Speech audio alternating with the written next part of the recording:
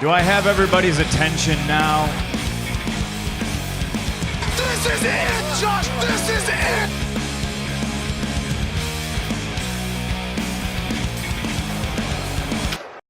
SmackDown from Friday, September 3rd. Overall, I think this was definitely, of the 4 shows that we review, this was the best show of the week by far. And to start it off, we have the Usos come out to start the show, and so I'm not gonna lie, I saw this this morning. I was really busy yesterday evening, so I didn't get to watch it then. So I was really just kind of I watched it this morning. I was really just kind of trying to skip through a lot of the stuff that I didn't feel the need to watch. So that involved I skipped through the Usos cut a promo. I watched the match, don't worry. But pre-match, the Usos cut a promo. Didn't listen to it. Figured it's going to be just a generic heel promo. And then the Street Profits come out, and then they cut a promo. I skipped it because I figured that it was going to be a generic rebuttal to a heel promo. So the match, I was actually, as much as I hate the Street Profits, and I really am sick of the Street Profits. They're super talented. They're super athletic, but to me, they're just kind of a bootleg Private Party, I guess you could say. Yeah. But this, I think, I had high hopes for the match for it to just be like a fun, fast, hard-hitting, high-flying jumpstart match to the show. So I was really, really disappointed when it was DQ. I think that was a really bad way to start it, especially because the action before the DQ wasn't very good. And the DQ kind of just came out of nowhere. There was no real reason for the DQ to happen. It was literally the Street Profits hit a splash on one of the Usos. Then the illegal Uso breaks it up and then just beats the guy up for the DQ. It just made no sense to me unless they were just trying to get heat. But then after all that, the Street Profits laid them both out to end the segment. So then even the DQ served no purpose because the Usos I think the Usos ended up overall from start to finish the segment, I think they looked really bad. So I had high hopes for the segment. Then the match, I think they fell victim to just overbooking themselves. So I feel the same way about the match, but it's also like it was so like predictable because like the Usos. I think this is just going to be the feud until the draft, basically. Which is I don't know if we have an exact date on that yet, but I know it is coming up this month. And this was actually, it was announced this was a championship contenders match. Wow, what the hell? And I think I actually figured out what it means. I could be wrong, but based on using some like context clues, I think a championship contenders match means if the Street Profits win, then that automatically means they get a title shot. Is that what that's always meant? Did we know that already? Or I was just way behind everything. I mean, I feel like we could put 2 and 2 together. Yeah, I mean, isn't that how it's always been in wrestling, though? Like, hey, I beat you. They never had a name for it. I don't know why the WWE had to go and name it. I don't know. Dom, what did you think of this opening segment and match? I enjoyed the segment. I really didn't care for the match itself. I enjoyed. I think the Street Profits needs a different gimmick. I just don't buy it. It's just not entertaining. The Usos and Street Profits, they're both good tag teams. They're gonna have a good match, and that's what they did. They had them, and so after the match they did a quick cut to Roman Reigns and Paul Heyman backstage, and this was something I'm glad this didn't carry over throughout the show. And I don't know if you guys experienced this or if it was just like my TV. So Paul and Roman are talking, and it was the same thing sometimes when the announcers were talking early in the show. The music was so loud; I couldn't hear what Roman and Paul were saying. So like to this very minute, I do not know what they said. They had the Paul and Roman.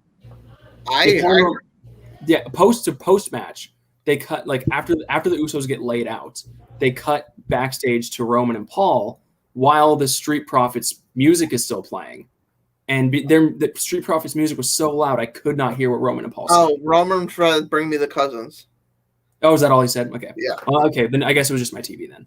Yeah, so that happened, and then after that we cut to the next segment was a Paul Heyman backstage interview. There it is. And this was I loved this. This is okay. Wait, I'm gonna say I loved the first half of this. Then the second half was absolutely pointless, I think. And but anyway, so the part that I loved is that Kayla Braxton, is that the interviewer's name? Yep. She asked Paul something to the effect of like oh, interesting things going on, huh? And then Paul starts to answer it, and then his phone rings, and it's Brock Lesnar's theme music. I was laughing so hard. I thought this was so funny. He picks it up. Which later in the show, I think we realized that that's not necessarily the ringtone for his phone. It might just be like for Brock Lesnar's contact, but still super funny. Paul has a short phone conversation with him. He walks away. And here's the part that I didn't. This part, like, I think this part was really, really stupid. There's a janitor that's like mopping the floor. Paul like taps him on the shoulder, like says something to him. And then the janitor takes. I thought it was gonna be Reggie. I thought this was Reggie or hiding from like R-Truth, or maybe this is R-Truth looking for Reggie. It's Big E, just in a janitor suit, and then he starts cackling like a crazy person, holding the Money in the Bank briefcase, and that was hilarious. I actually liked it, if I'm being honest. I thought it made no sense. It's just foreshadowing that Roman has more to worry about than. I mean, I get that, but there's better ways you can do it than randomly having him in a janitor. Because think about this in the world of kayfabe. Why would Big E just feel like? Did he just feel like showing up in a janitor? Yes, Big E's a goofy motherfucker. Yeah, Big E's character is very goofy. Yeah, he would do that. With the New Day, yeah, but Big E, the singles competitor, hasn't nearly been as goofy. He's still goofy though. That's still his core. I think, but this is pushing it. You both have to admit that's really. Eric doesn't like goofy I stuff. thought it was a funny way to get him on the show. Anyway. I didn't really read too much into it. I do love the segment with Paul Heyman. I laughed out loud. Like when WWE makes me laugh out loud, that means it's a funny segment. Yeah. I also do like that Kayla Braxton gets to show her personality a little, and she's not like a robot. Yes, which is most of the interviewers. So the interviewer on Raw is horrible. They so Kayla Braxton last week they had the same interview, and she also was showing a little bit more personality. So maybe this is a thing where this is gonna be a thing that she's gonna interview him every week, and like. I love the interaction between the two, so I like. Yeah, I don't remember exactly what they said, but I think it was something like Paul said, like enjoy the moment or something. Then after Paul gets like flummoxed on the phone, she's like, "Oh, I'm definitely enjoying this moment." I was like, "I like that." She asked the question, and then Paul's just say, "Hey, can you just enjoy the moment for once?" Yeah. And then when the phone rang, it was funny. Also, the draft is going to be the first week of October. Okay, this is farther away than we thought. Yeah. Dom, did you have any thoughts on this quick little backstage segment? Hilarious. Good stuff. All right, so hilarious. So after so we fade out from that segment and we get to Becky Lynch enters the ring, and it wouldn't be a WWE program if Michael Cole didn't fuck up some way somehow. He pitches to the break. He says like not to the break. He pitches to like to the Fatal Four. He tries to pitch to the Fatal Four-Way package from last week. He's like she has a new competitor on the horizon, like, and we're going to show you who it is. And turns out he said that about like a minute too early because Corey Graves was like, hold on, why can't you just enjoy what's going on right now? So then we have to just like awkwardly watch Becky enter for another like 45 seconds to a minute. Then we cut to the package. So Michael Cole just being a fucking idiot. How long has he been the lead voice of WWE and he's still Michael Cole needs to go. Corey Graves needs to. How long has he been doing that job as like the head voice of WWE and he's still making rookie mistakes like that? I think it's way more apparent when McAfee's not on the call with him. You know, no one thankfully at the beginning of this segment he did say like Pat McAfee. I think he said Pat McAfee's be back next week. Well, he will, yes. Oh, thank goodness. Yeah, so Becky enters. She cuts it was kind. I don't want to say generic, but it was kind of an expected promo. She was pretty much just saying like, why you also like Bianca, you like don't be mad at me because I outsmarted you. Don't be mad at me because I was better than you. It was a nice. The only thing that I kind of thought was weird about the promo is she mentioned like the Sasha couldn't make it and like she's like the powers that be called for the biggest name they know. I thought that was weird because she kind of implied that like Vince gave her the call. So if Vince gave her the call, why was Bianca not made aware that someone was gonna like, I don't know. That seemed like something in the world of kayfabe, that seems like something that Bianca should have known. Like, hey, Becky's here and she's gonna come challenge you tonight. I don't know. That's nitpicking. But then Bianca comes out, and I hate her entrance. She doesn't carry her. I wrote she doesn't carry herself like a superstar. She carries herself like like a girl in a club. She's just dancing everywhere. Like, you can't watch her bouncing around, dancing and waving her hair around, and then have her just step in the ring and be serious. To me, that's just it. doesn't make it's a very schizophrenic look to the segment. And then she cuts a promo, and I'm going to say this now. I haven't watched a lot of her promo work. After watching this, if I never hear her cut a promo again, it'll be too soon. I think it was fine. I think the promo was okay. Hated this. I was never a fan of her promos. I not only hated what she said, I hated the way she said it. I thought the first the first half felt very pandering. She was like, "Oh, I'm gonna accept my shortcomings because I hold my like." Just saying the stuff that the audience just like wants to hear, and it just sounds like she doesn't mean it at all. So the first half felt pandering. The second half just felt like she didn't know what the hell she was saying. At one point, she said, "When I take that title back, I'm going to become the SmackDown Women's Championship." Like don't put a mic in her hand. Let's not put a mic in her hand until she's ready, folks. Come on. I wanted to point out with something real quick. No, you can go. Yeah, what's up, Lon? So something small. I think Cody talked about it as well. The way she's just dressed. I mean, I don't want to talk about like dressing so much, but like it reminded me of like early 2000s how they dress female wrestlers. And it was just very off-putting. It was off-putting. For me, not necessarily the skirt, because you see a lot of women come up with skirt. It was like the bra. Like wear an actual top. Like Charlotte wore a very similar skirt. Charlotte wore a very similar skirt a couple weeks ago on SmackDown, but then she wore like a full torso long sleeve like shirt, and it looked fine. This just looked odd. I've also I always hated when wrestlers dress like they're going out after, because like Bianca challenges Becky to a match tonight, and like you're in like street clothes. You're not even ready to compete. She said, "Yeah, let's fight right now." And it's not even street. It's not even street clothes. It's like fancy. Yeah, it's club clothes. But then, like Cody said, to wrap up this segment, Bianca challenged her, like, "Why don't we do this tonight?" Becky said, "No, thank goodness. I think this." So first of all, in our SummerSlam recap episode, we said, "Who do we think?" Dom, you were saying, "Who's her first opponent going to be?" If only one of us said it's definitely going to be Bianca as soon as Becky's ready, and we get exactly that. So the match, we knew the match was going to happen. But I think they're smart to leave it for the pay-per-view. And yeah, I really was not. I liked how this segment's. I can't even say I liked how it started, because it started with Michael Cole being a goddamn idiot, and it ended with Bianca cutting a terrible promo. So I mean, I don't know how I liked parts of this, but I hated most of it. What did you think? So the touch on the Bianca mic thing, I think it was hidden so well because she's been in the ring. Like, other than like the little short stint, like where after Bayley got hurt before Sasha came back, she's been in the ring with like the best women in the company. She's been Sasha, Bayley, and now Becky. But now it's like when you give her more chance to talk, you can see that inexperience. Also, I do want to note that I read like some like dirt sheet, and Sasha Banks was backstage last night. Okay, this is her first time back, so I'm hoping. What was she out with again? No one knows. No one knows. No. It seems like COVID, because it's been a couple weeks, so maybe. Yeah. So but the segment, it was. First off, this crowd was great tonight. Like, I really felt they were into it. Like, Becky got a huge pop. Bianca got a huge pop.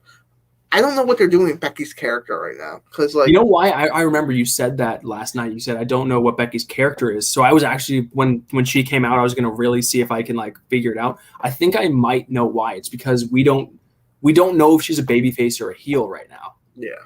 Like, she's getting pops of a babyface, and at times she's acting babyface, but to her fellow women in the women's division, she's acting like a heel. So I'm confused because she's also acting like a heel, like backstage, like when they told her she was going to be fighting Extreme Rules, she kind of gave like a sourpuss look on her face. So I don't know. It's like the media thing I thought of was Kevin Owens' character back when he got called up from NXT. He's like, "Well, I don't fight unless I want to fight, or I fight for a prize." Wait, what was Kevin Owens supposed to be a face when he got called up? No, Kevin Owens was a heel. Yeah. So because he was a prize fighter. He said, "I only fight for prizes." But I'm looking forward to this match. It's going to be good, and I cannot wait till we get finally a Becky versus Sasha match. That's all I really care about. And then Bayley versus Becky. And also, Cody, I just realized I don't unless a report comes out that says Sasha was out with COVID.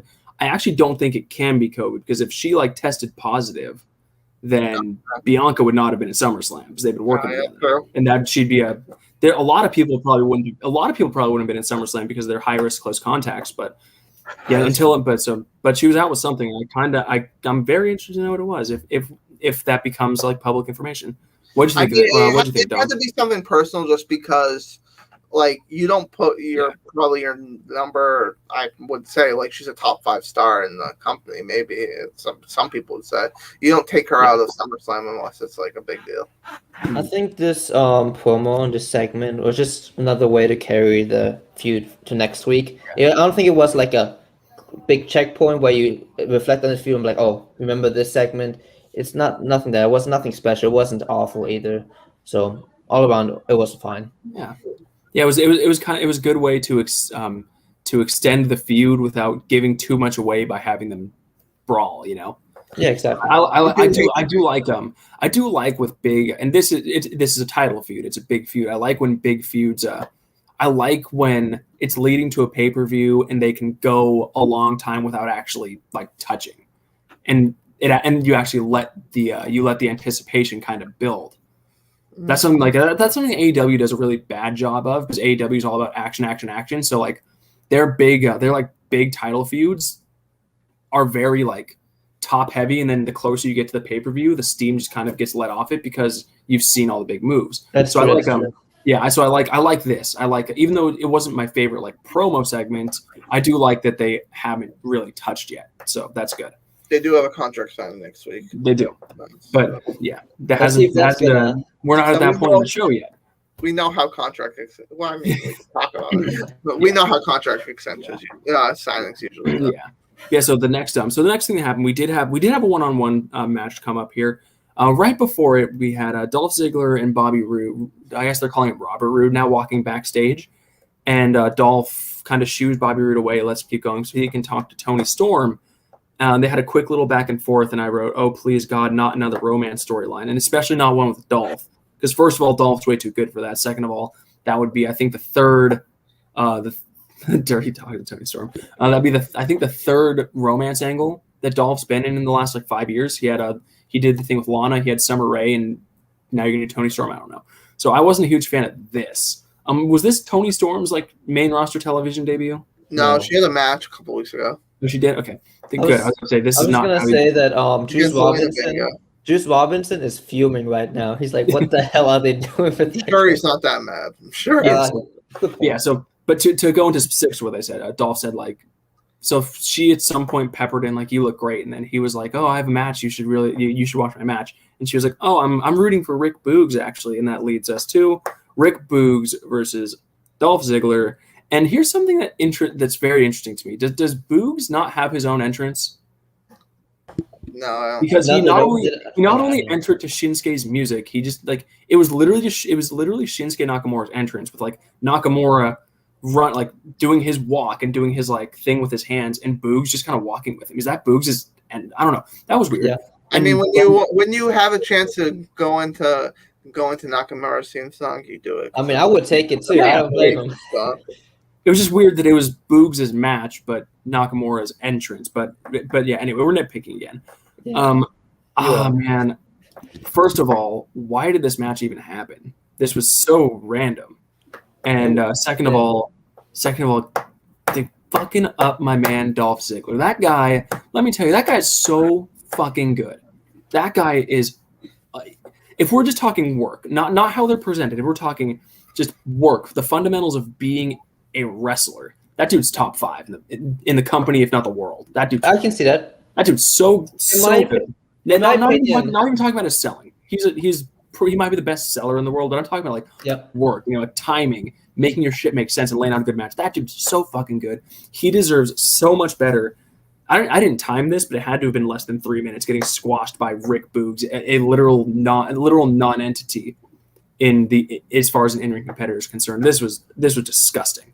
I just wanted to point out, like, one of my favorite things to do on my free time in terms of watching pro wrestling is going back to like early 2010s and watching Dolph Ziggler, because the man had the push, the man had the good matches, he had pretty good decent feuds. He was the mid-card star in my opinion, and it's just so sad to see him relegated to this now. So I think I might have an unpopular opinion here. I like Dolph as a wrestler. I don't like his character. I don't like his mic skills. I don't. It's the only thing I like about Dolph Ziggler is he can wrestle. It's really all. That's fair. I do agree. This was a terrible match. Rick Boogs, who doesn't have his own theme song, to squash Dolph Ziggler, a former world champion. Yeah, this was the worst thing that happened to SmackDown. You easily could have put a women's match in here. I sometimes forget that Dolph You literally Ziggler could was put anything in here. I sometimes forget Dolph Ziggler was a world champion because who was it? Was it 2 or 3 reigns was so unmemorable? It's man, oh man. Yeah. It's a shame. And actually, Cody, I think my internet might have crapped out for a little bit. I came back when you said that's the only thing I like about Dolph Ziggler is his wrestling. What were you saying about Dolph before? I missed the whole thing. I don't really like him as a character. Yeah, I kind of figured that's what you were going to say. That's kind of what everyone says. I don't like him very much as a heel. He's one of the rare people that I think are much better as a babyface. If you guys remember his feud with The Miz over the Intercontinental Championship a few years ago. Yes. He cut a couple promos in there that were fan-fucking-tastic. He got so much momentum behind him. He was red fucking hot, and I curse WWE to this day for not capitalizing on it. And Remember, let me say this. Okay. The number one superstar that would benefit from going to NXT is Dolph Ziggler. Dolph would benefit from going literally anywhere. He'd be a superstar in Japan. And from the rumors, he could end up going to, because NXT is reportedly going to be the third actual brand because they're rebranding anything. They're gonna be like the ECW. Wait, what? They want to be a third brand, yet they want to be a developmental also. Well, no, they're gonna be. I think they're gonna bring more people from the roster to NXT. It's gonna be interesting what's gonna happen with NXT. I just wanted to say, I'm very interested to see what they're gonna do. Mm-hmm. All right. Yeah. So after this crap fest of a goddamn segment, we go backstage to Adam Pearce and Sonya Deville, where they announced that Becky and Bianca will have a contract signing next week. And in my notes, I said, great, I get to hear Bianca talk again. That's going to be absolutely great because she's cut such a great promo. She deserves more mic time. But yeah, like Cody said, we know what contract signings are. This is they're probably going to get their hands on each other here, but which is a shame. I hope there have been in the past, there have been contract signings that have, and I think some of the best contract signings are the ones where they don't touch. Like in 2000, I think it was 15, when Seth Rollins was feuding with John Cena, when they were going to have that title match. They had a contract signing. They didn't touch at all, and that's one of my favorite contract signings. It was just promos back and forth, two great promo guys, and Cena wraps it up by saying, when you were with the Authority, you were Triple H's bitch, and at the pay-per-view, I'm going to make you mine. And he walks off. And that's perfect. But they can't do that. Didn't touch. Corbin came in. Did Vince and CM Punk touch with the 2011 thing? Don't. Cena came out and punched him. Yeah. Okay. Yeah, I mean, but then again, we can't really get that with these two because Becky's a great promo, but Bianca's terrible promo. So we're probably not going to have a promo war here. So this is probably going to end with some sort of fisticuffs, which is unfortunate. But that was that segment. Don't need to talk too much about that. Then we have Cesaro make his entrance, and I was excited because I love Cesaro. And then they announced that his opponent is Seth Rollins. And okay, you guys are probably gonna hate me, but as soon as I saw Seth Rollins, I listened to his promo when he said when he was saying I watched my match with Edge so many times. I actually kind of liked his promo. He's like, I watched that match. I watched every move, and I think I know what Edge does to get the upper hand. I really like that. But then when he made his entrance, and I realized that we're getting this match for the 10th time this year, I skipped it. Didn't watch it at all. I skipped to the finish, and then I saw the beat down and Edge make the save. Skipped the whole match. This was just all their regular matches. I didn't think there was anything special about this match. I love Seth Rollins' character so much. Like his character is one of my favorite characters in WWE right now. And I know people are gonna be like, "Oh, I don't want to see Edge Rollins again," and I'm looking forward to it. I like the match at SummerSlam. I'm probably gonna like. It depends like how much time they give it because they're gonna just do it. I mean, it's a free TV match now. yeah, Rollins has to win. I mean, Rollins has to win. He can't lose twice to Edge. I'm gonna start moving with you under SmackDown next time, but that's beside the point. Cesaro and Seth Rollins is like a good home meal cook. I mean, home cooked meal. if that makes sense, it's gonna be good, but you eat it every day. You see it a lot. I said Cesaro with the whole like Matrix special effects on his entrance. I didn't like that. That was really goofy. They're getting very distracting with their like entrance. Yeah, I like when they like highlight the next match and it's like it looks like above the ring. It looks like it's hanging from the rafters almost. Yeah, I like that. I just don't like when they do it with the entrances. But Seth Rollins wore his actual gear where he wore for SummerSlam, which disappointed me because some Seth Rollins SummerSlam gear is special usually, so it's sad to see him repeat it. No, but he usually does after a big year. He like I remember when he wore something like super cool for WrestleMania when they did the triple threat and and he wore it for like the next month. Okay. Oh, he wore I think that's when he did like the Ice King or something. Yeah, he wore. What about the I was there. I was there. Was really pulling the. I was there. Was really pulling for Finn Balor in that one. What about the 2016 one? The white one? I haven't seen. No, that's the 16 one is the. He didn't wrestle. He didn't wrestle in 2016 Mania. Yeah, he did. That's when he tore his ACL. That was the Balor. 2016. Yes. No, that wasn't 2016. 100%. Yeah, that was Mania 32. Look it up. No, I'm talking about SummerSlam. I didn't even mention WrestleMania. I thought you were talking about WrestleMania. Okay. No, SummerSlam gear. Anyway, okay, I'm getting off the track. But this match was good. From 2016. Okay, whatever. I remember Beverly. 2016 was a great pro wrestling year. That's all I gotta say. But yeah, it was a good match. I'm excited to see Edge versus Seth too. Yeah, so I hope it opens. Yeah. So there's actually one more thing I want. So first of all, I didn't skip the match because I didn't think it'd be good. I knew the match would be good. It's just figured it was going to be the same match that I've seen so many times this year. The other thing was after the match. So his promo pre-match, he said, like, I think I know how Edge gets the upper hand. And so what he did after the match, he did that thing that Edge did when he takes the bar from the chair and Did Edge ever do that to Seth? He did it to Roman. Yeah, he did it to Roman. So that's what I thought. So how is that something? If that's going to be, I figured it's just an Edge patent move, I guess. Apparently, yeah. But like, his big thing in the promo was he was talking about I'd studied like our match at SummerSlam, and I think I know the secret. So his secret is to mock him by doing something that Edge never actually did to him. I didn't think they did it because it's supposed to be like, see, Edge, I'm doing this sadistic thing too, but it's like in the context of his promo, it doesn't make sense. Yeah. Oh well, we'll still agree. But again, I can nitpick all night long. I only do it when I see something. Quick question: what is that move that Edge does when he lays like a chair under the guy's head? Yeah, it would have made more sense if he did that than the little bar thing. Wasn't he going to do that? They've been abusing the concerto this year, though. Wasn't he going to do that? That's when Edge made the save. Maybe. Honestly, you're right. Probably. Yeah, WWE has been over the last like year and a half. They've abused the concerto. They've done it like 7-8 times. I love the name. It's a scary. I love the name. I don't love the move. I just love the name concerto. It just sounds. It's good. It's a good name.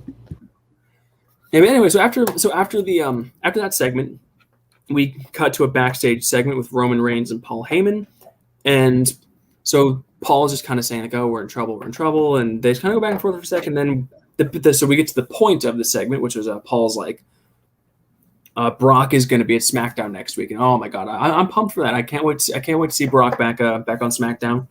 And then Roman kind of gets into this. How do you know? So he's like, how do you know that Brock's like watching right now? He's like, he's probably in like Saskatchewan watching this right now or something. And Roman's like, how do you know he's in Saskatchewan? He's like, well, he might be in Minnesota. And then he's like, well, how do you know Brock's not here right now? And I kind of liked this interplay because it's kind of showing that Roman in the back of his mind is like, I don't fully trust you with Brock in the building. And I like that.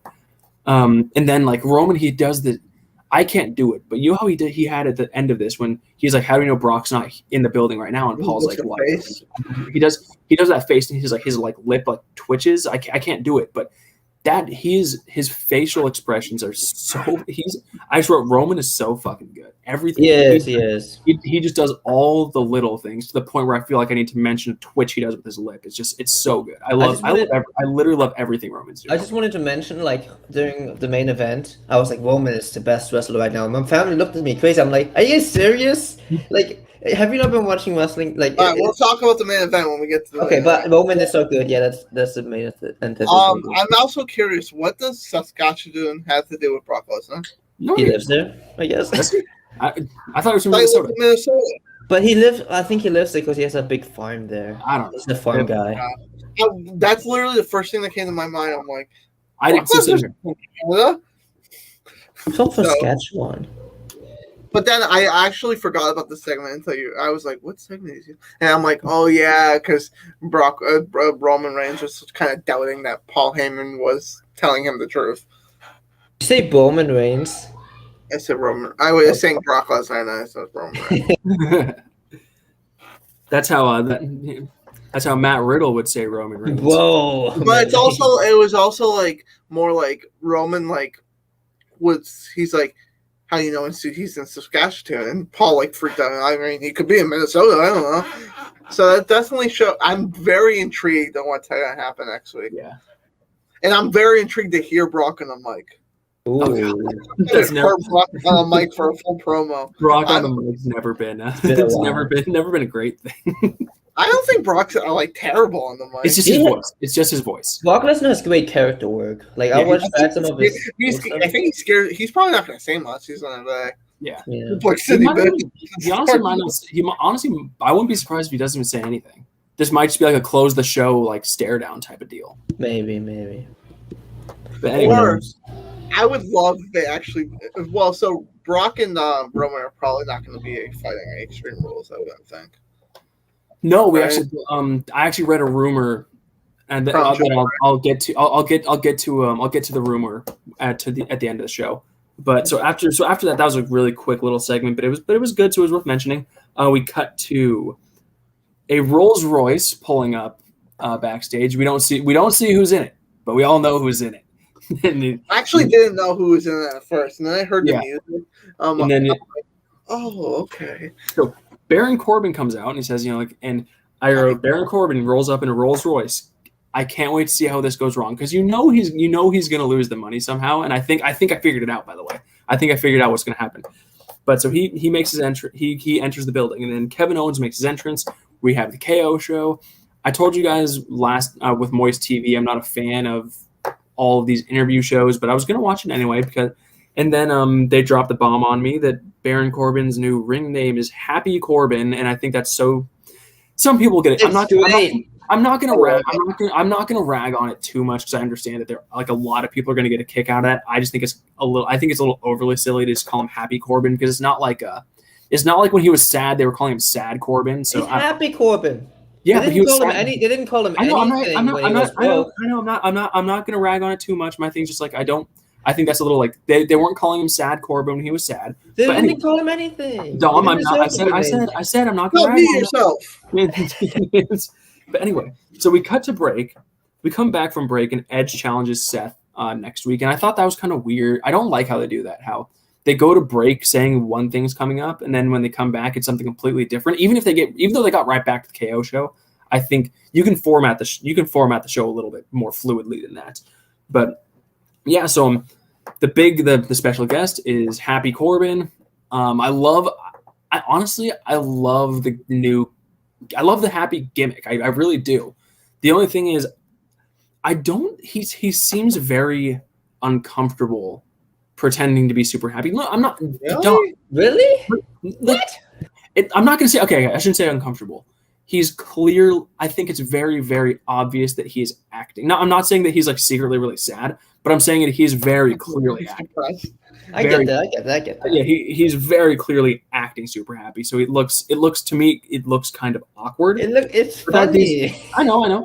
I like it. I'm just saying it. He looks kind of awkward doing it. Like you can tell acting super, super happy isn't exactly his wheelhouse. Fair enough. But Happy Corbin has his special guest. He calls out Logan Paul, and honestly, Dom, I kind of want you to change the banner to the Logan Paul show because he stole this whole thing. I'll say this. Yeah, go ahead. I'll say this. He was better than Moist TV, but I think Cody or you, Eric, said that he carried the segment. No, you better stop. I think he was. Oh, I think he was fantastic. He was great. He was good. I'll give you that. But Kevin Owens was a big part of that segment, and I thought this is gonna be interesting. We can't. Let's not debate for this too long on the show. Let's do this later. We can save this debate for later. I thought Kevin Owens seemed really lost in here. Like this seemed to me. Cody looks like to me this seemed all about Logan Paul to me. This was all Logan. Eric, you need to be watched. Even Cody makes that. I'm not saying Kevin Owens was bad. I'm not saying Kevin Owens was bad. I was just saying this was all Logan Paul. Cody, are you looking at me right now with that face? This is all I thought. Logan Paul was because Logan Paul now accepts that he's going to get booed, and he's just playing it up. And he knows exactly what to tell the crowd that's going to get them to boo him, and I think it's awesome.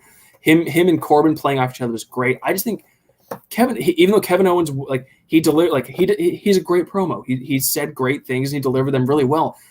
He seemed like filler here. I think this was all about Corbin and Logan. Okay, I see that. I do. See Okay, that's better than you should say he was. To say he looked lost was probably a bit of an exaggeration, but he seemed like filler. This was all Logan Paul and Happy Corbin. I think Logan Paul was the star of the segment. Come on, he was so good.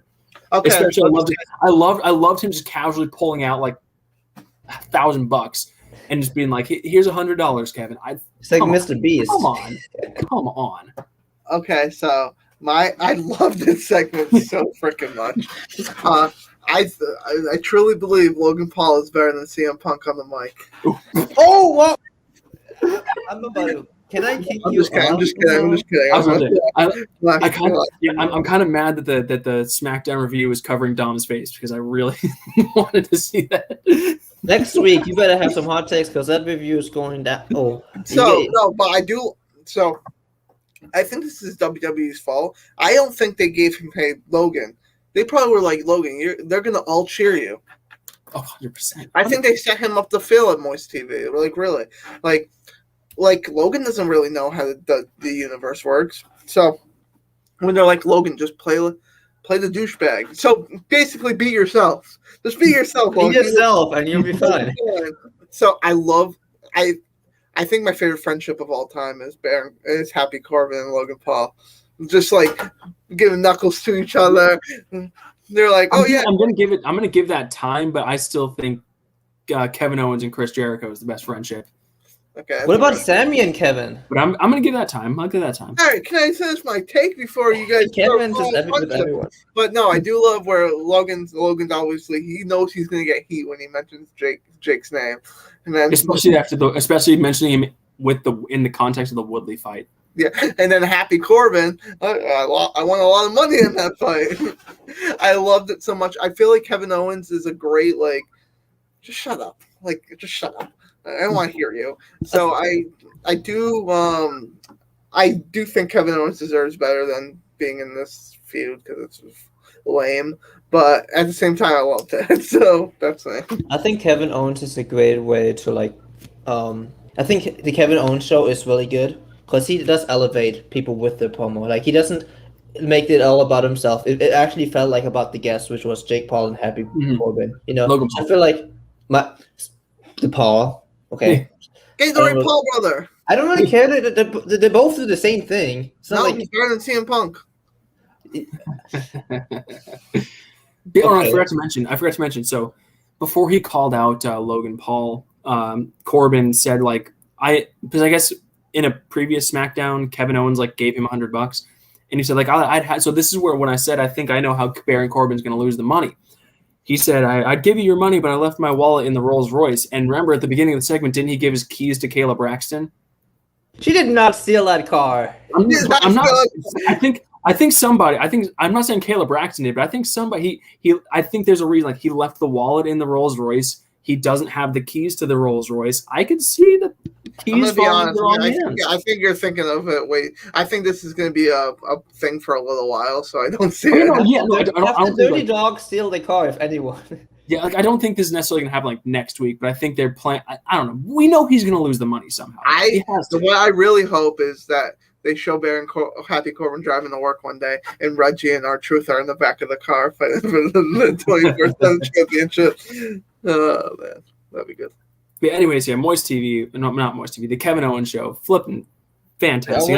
I'm a religious hater of WWE talk shows. This was great.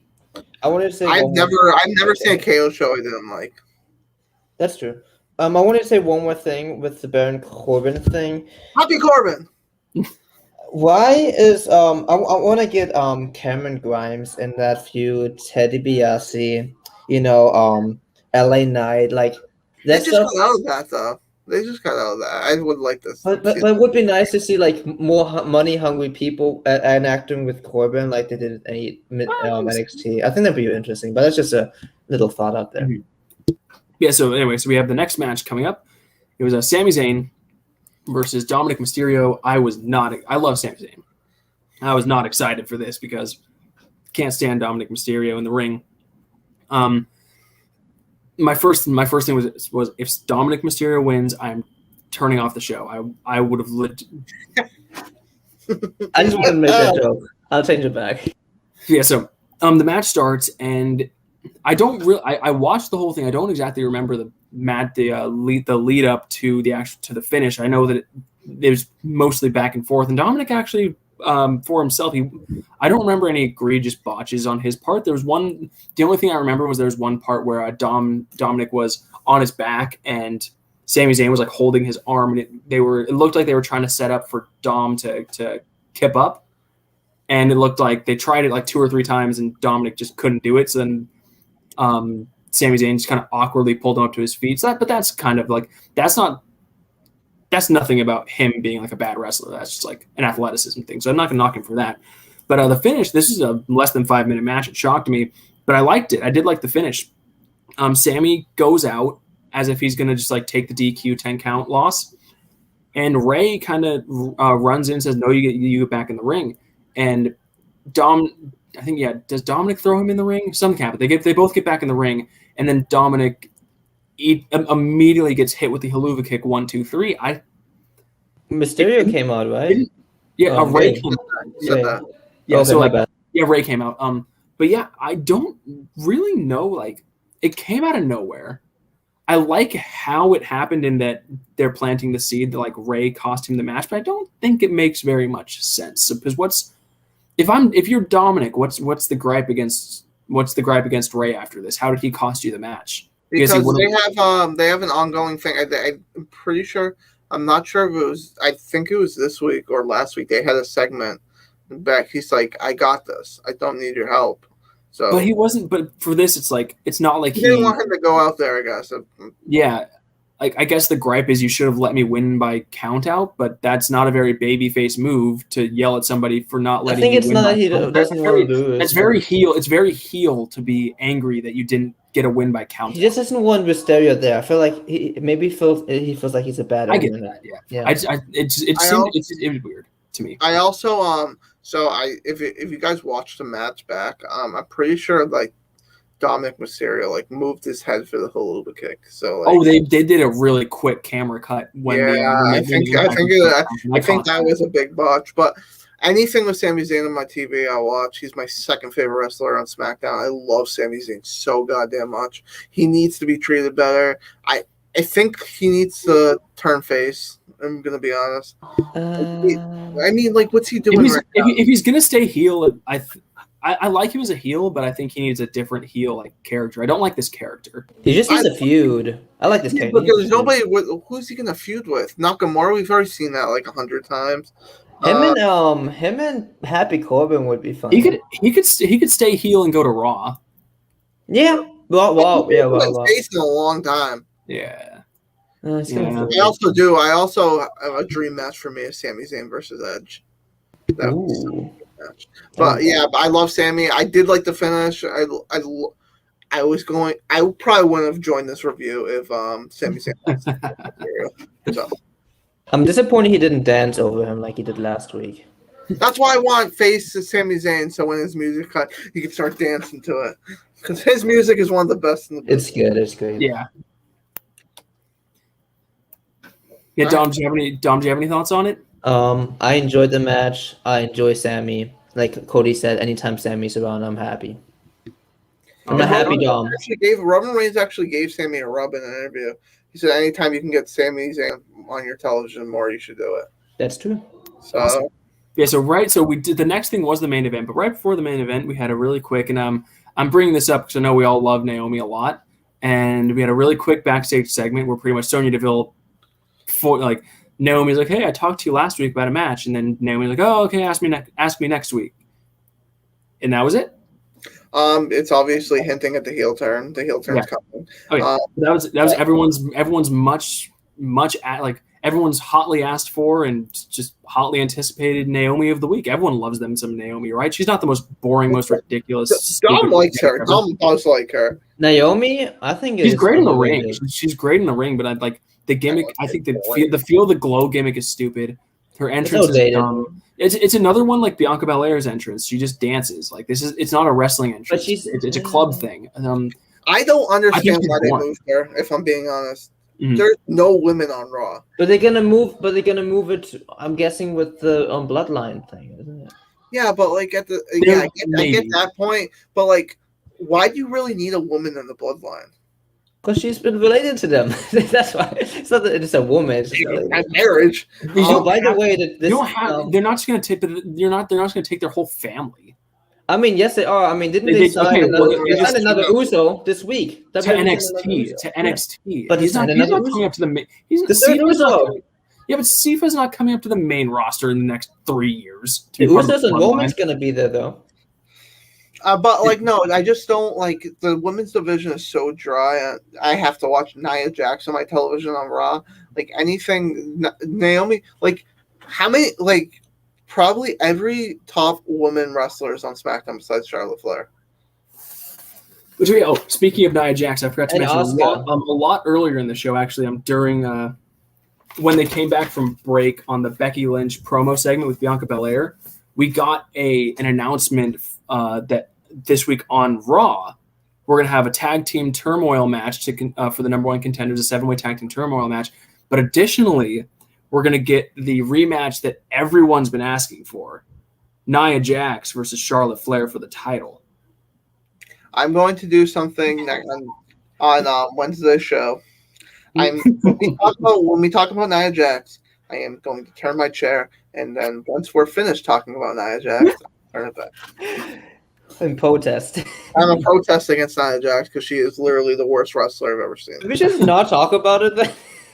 But you got to talk about Charlotte. I like shitting on her though. I do like shitting on her because she's that terrible. She is. Yeah. Anyway, so to get back on track, we had to wrap up the show. We had the main event. We had Roman Reigns versus Finn Balor. So before I get into the match, I'm going to say that what happened before the match. Finn Balor makes his entrance. The Usos attack. And then the Street Profits make the save, just in case anybody forgot that an hour and a half ago that they had a match. They established they're still feuding, as if that feud was somehow going to be over after an hour. But into the match, I love this match.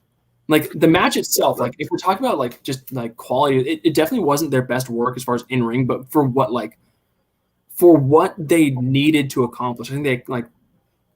The thing I just loved is that Finn Balor, we all knew Finn Balor was going to lose. And I think we can all agree that Finn Balor, having just come back up to the main roster after being so good at NXT, shouldn't necessarily be taking losses. But they found a way to have him lose, but still look really good. I think he looked not even just in the ring, like Fergal Devitt in the ring. But Finn Balor, the character, I think he loses zero credibility with it. I think he gains a lot of credibility after this. He looked so good. You even like it's to the point, and I haven't seen this from WWE in a long time. By the end of the match, I bought that without that pre-match beatdown and Roman like doing the low blow on that kick out, I bought that he needed to do that to win the match. And that's awesome. I loved everything about this match. It was so good. The only thing, another Michael Cole stupid thing. Can someone please tell him how to pronounce coup de grace? He says coup de grace. Like it's weird. He says it. But he only says it like half the time. He says coup de grace half the time. The other half says coup de grace, and it pisses me off so much. But anyway, Michael Cole is an idiot. We all know that. But anyway, match was great. But let me ask you guys something. What do you guys think of him using the guillotine as a finisher? It's good. I love it. It's domination. I'm not gonna lie. I like him using a submission. It didn't hit me until this match that I don't know if a guillotine is the best submission finish. Not specifically for Roman Reigns, but just for this in general. Because if you recall, and I probably remember this a little bit better because I watched this only a few hours ago. You guys watched it yesterday. The way that he picked him up, you know how like just the way that wrestlers pick each other up, they hook under the armpit and then they hook around the head. He did that, and I thought he was just picking. I thought he was picking him up. That was him locking in the guillotine. So I think it kind of just got. I just think that if you're gonna have him do a submission, I think there's just better ones that.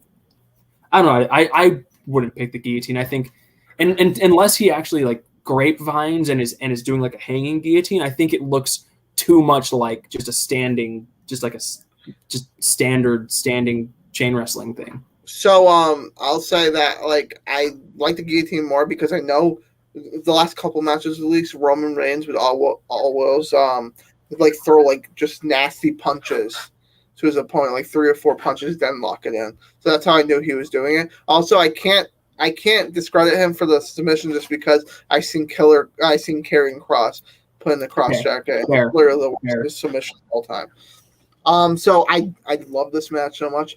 Finn Balor, I totally forgot how great of a seller Finn Balor is. Like he was selling those ribs like they were broken, which was crazy to me. I'm not too ashamed to admit, if we were watching it together, I thought Finn Balor won the Universal Championship before. That was very close. I did not think Roman Reigns kicked out. I'm like, did they really just change the title?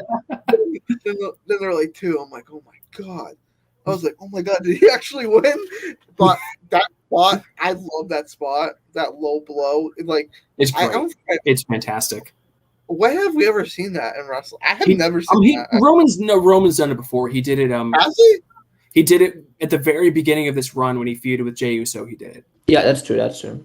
Oh, okay, yeah, but that was just like his arm like was like this high off the ground. He just and then just beat him, and then we got the. Are we done? Do we have another tab for the rest of the or is this it?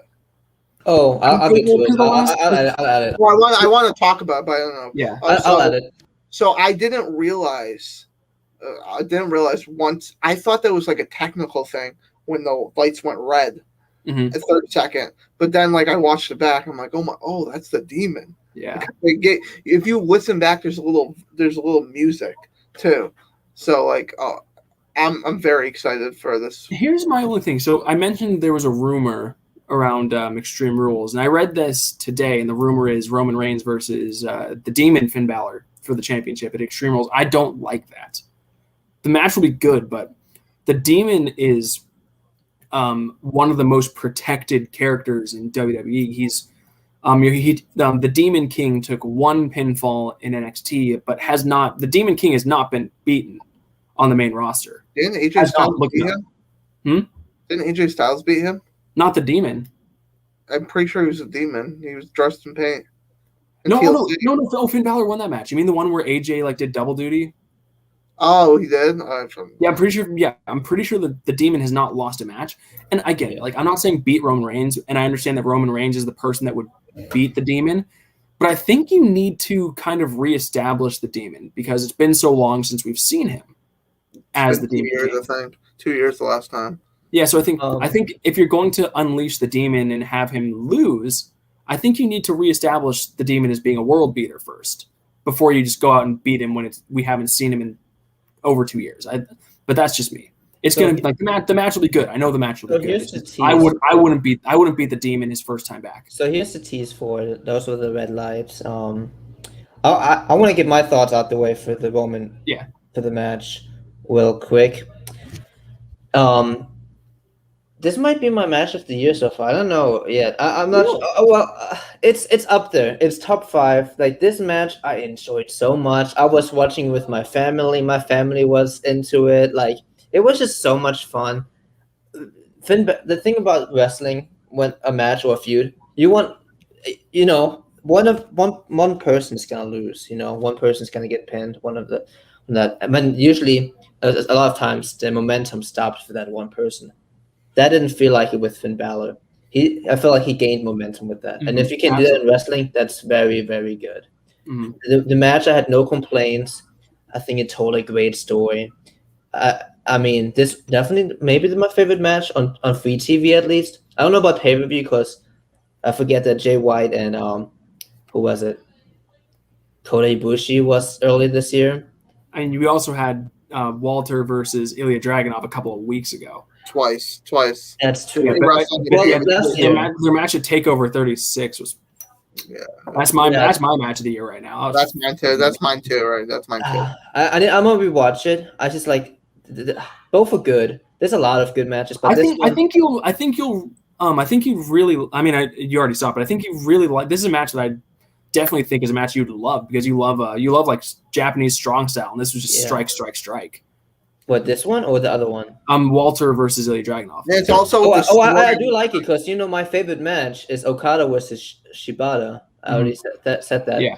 It felt like with Walter and Ilya, it was a bit too much striking. Like if it makes sense, like I didn't think so. It is when it comes to those two guys, it really is like. I know. That's what we're gonna get. It's just a little bit styles. A little bit too much. Yeah, like I like edamame, but I eat a lot of edamame, and sometimes I'm like, I don't want edamame. Like I can see it being an issue. I think you have to really like that style of match. Like I think I'm not trying to say this is like putting down AEW fans, but I don't think AEW fans would like that because they like the like high spots and backflips and toe bays, and this had none of that. You have to really be a fan of this style. If I had to pick like a brand, I'm like, okay, if we had to split into factions to represent, I would pick New Japan. That's just me, know. But I enjoyed the match. I think it's definitely top 5, top 10 for me this year so far. I just like this match better. I feel like it's a bigger stage, if it makes sense. Like Walter, I mean, he's been the champion for 2 years, but Roman just, I don't know. I don't know how you guys feel. Do you think Roman was more of a Goliath than Walter is? It's hard to say. It's hard to say. It's only tough because Walter's not presented on weekly TV and like monthly pay-per-views. We've really only got to see him a handful of times, but. Exactly. I really think Walter. If I were to watch NXT UK weekly, I think I would like that match more.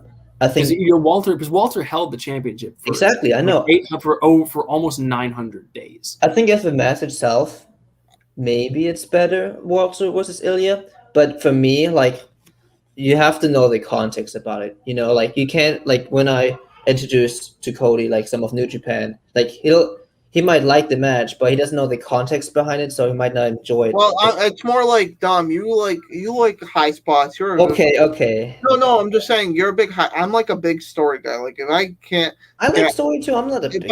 But that's the main thing for me. If I can't get behind the story or I don't know the story, the match is just not interesting to me. Like John Moxley versus the bread guy or what? Like that's not interesting to me. It's not interesting to me. I just like seeing Kojima. That's all. I do think I like this match, but I wouldn't say it's match of the year. I don't even think it's the best Roman match of the year.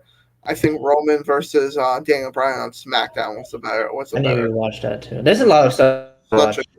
Such a good because Roman Reigns only wrestles on SmackDown like maybe once every 3 months. And I fucking love that. I like one of my favorite title reigns in like the modern WWE era was when Brock Lesnar held the WWE back when it was the unified WWE World Heavyweight Championship. When he held that going into WrestleMania 31, that's one of my favorite ones because you barely ever saw him in the ring, but he had a lot of vignettes and interviews. And I think just for me, like, I think when you have your champion fighting every week, I think it kind of cheapens him because he's the champion. He should be. He's the champion. He should be presented as a bigger deal than everyone else. And what bigger deal is it than to be like, this guy doesn't need to wrestle. Like, he only needs to wrestle once a month, but you get to see him every week. But you're only lucky enough to see him wrestle if you pay for it. Maybe like sometimes when you watch a match, you get too excited about it, like right after. I feel like that maybe with me right now. Maybe I have to age it, but right now. Eric is kind of convinced me about the demon thing now because like, I don't think he hasn't lost in WWE, right? No. Not as the demon. He hasn't fought very many. I mean, in NXT, he lost. The last person he fought was Andrade, I'm pretty sure. Well, I'm pretty sure the demon's only been pinned once, and it was in NXT. So, like on the main roster, he's never been beat. Yeah. So, like, I think they need to reestablish that. I get that thing, but at the same time, I feel like it's already established that like this is a different guy. But I don't like that because Roman's gonna win, obviously. Yeah, like we know it's a different guy, but I think it needs to be established just how good. Like, remember going into WrestleMania 34 when Asuka had just come up from NXT, and every single week they're talking about how she's been undefeated for however many years. Every single week, just drilling it. She's undefeated. So then when Charlotte beat her, it was I was at that show. It got a massive, like, not even just holy shit Charlotte won pop, but a lot of like hands on heads, like what the fuck just happened? And I feel like that if you're gonna beat the demon, you should be shooting for a reaction like that. And if you're think it's actually gonna be a demon though, or do you think it's just a rematch? I could see it being a rematch. Extreme Rules is still quite a ways away. This was just a prelim. Like, this is the first rumor I read, and it said demon. So we'll see. And they didn't tease the demon for nothing. Well, I know Brock and Roman are most likely fighting in Saudi Arabia because that's just what they do. They like to bring back big names. I have a question before we head off with the we're predicting like match cards for Roman in the upcoming pay-per-views. What do you think is going to happen in Survivor Series? Do you think it's going to be a brand warfare again, or? So I've heard The Rock. I've heard The Rock as a rumor as a tag team match. It would be The Rock and Jimmy Uso versus Jey Uso and Roman. What? Okay. They would split. split. So they're going to split the bloodline? That seems a little bit premature, don't you think? The bloodline's red hot. Yeah, it's rumors. Also, I see, like Dom said the other day, Drew McIntyre getting drafted to SmackDown. Yeah. See, look at Dom's prediction. Actually, I don't want that to happen because I don't want Drew's just like, I'm over Drew, but like, who else are you going to put against Roman? He's beating everybody. He beat Drew at Survivor Series last year. Yeah, I mean, super dirty, but it wasn't. I would also love a Roman versus Bobby Lashley match. It will happen. Oh man, it has to happen. It will happen. Come on, they're doing it right. They're doing it right by like having. That's why I think Goldberg. This match with Goldberg inside Goldberg can't fucking beat him, and I think he's going to. He's not. I don't know because the way you make that match big isn't just by having your two champions and like two big monster stars, but you've got to keep them undefeated for a long time. Like, honestly, I don't even think they've had enough time for it to be like Survivor Series this year. I think keep them dominant and undefeated until Survivor Series next year. Then do it. Yeah, but if they're keeping with the Survivor Series theme, they're gonna have to. I know. Like, there's definitely needs to be some changeovers. I mean, we've all seen Becky Lynch versus Charlotte like 1,000 times, but yeah. I mean. All right, let's have a final thoughts on the show until we close off, because we're not gonna just ramble. I'll go first. I thought this was the best show of the week, by far. It wasn't really that close. I do like some of the storylines that SmackDown's pulling off. I love the Happy Corbin stuff. I love the Roman Reigns stuff. I don't like the tag team stuff, but that's not. I don't think that's like. What are they going to do? They don't really have that many tag teams to fight the Usos right now. I just want the Becky Lynch Bianca thing to have a great match, and I want it to be over so we can get Sasha versus Becky or Sasha. Just put Sasha back on my TV screen. What else is there? The Rick Boogs thing sucked, but Shinsuke needs someone needs to make Intercontinental Championship mean something, and Shinsuke's not doing it for me. So, and Sami Zayn needs to be on my TV more.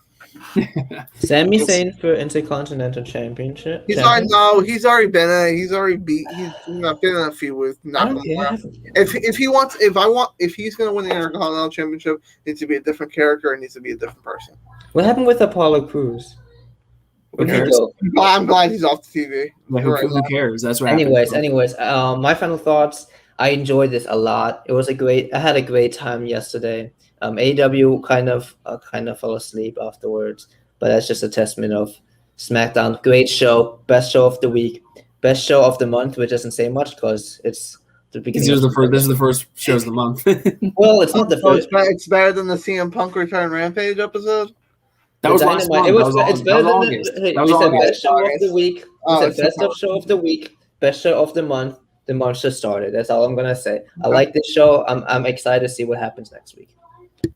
Yeah, I agree that this was definitely the best match of the week. I'm not quite as high on the episode as you guys because there was a lot of assorted nonsense. We obviously have very differing opinions on the Big E cameo and other things, but this was definitely a good match. I definitely if I were to grade it on a scale of like 1, or let's do it on an A to F scale, I would definitely give this at the very least like a solid B, which for modern wrestling is fucking great. So yeah, a lot like really high highs that were kind of leveled out by pretty low lows, but there was enough good in the middle that made this up. Even though I bitch a lot about every wrestling show, there was still a lot. There was a lot more stuff on this show that I liked than I disliked, which is fairly rare for me. So this was a good watch. I loved this. I shouldn't say loved. I liked it a lot. All right, so we have All Out tomorrow night, or like in 30 minutes. Then today, we will make sure you guys watch our predictions coming out tomorrow on WrestlePoint YouTube channel. We're gonna have a review probably. I get out at work early on Monday because it's a holiday, so probably have that Monday night, Tuesday morning, hopefully. Somewhere around there, yeah. Yeah, we'll be watching. I'm excited for All Out. I don't know how I'm going to watch it yet. We'll try to stream it illegally, but I might be able to get it. Was it last year? I bought it one year, and I think I can renew my purchase with Bleacher Report. Maybe I can share the link with you guys. It's on Bleacher Report. It's also on Fight TV. We'll figure it out. I feel that's it. Anything else, guys, before we wrap up? Nope. All right. We will see you ASAP Network.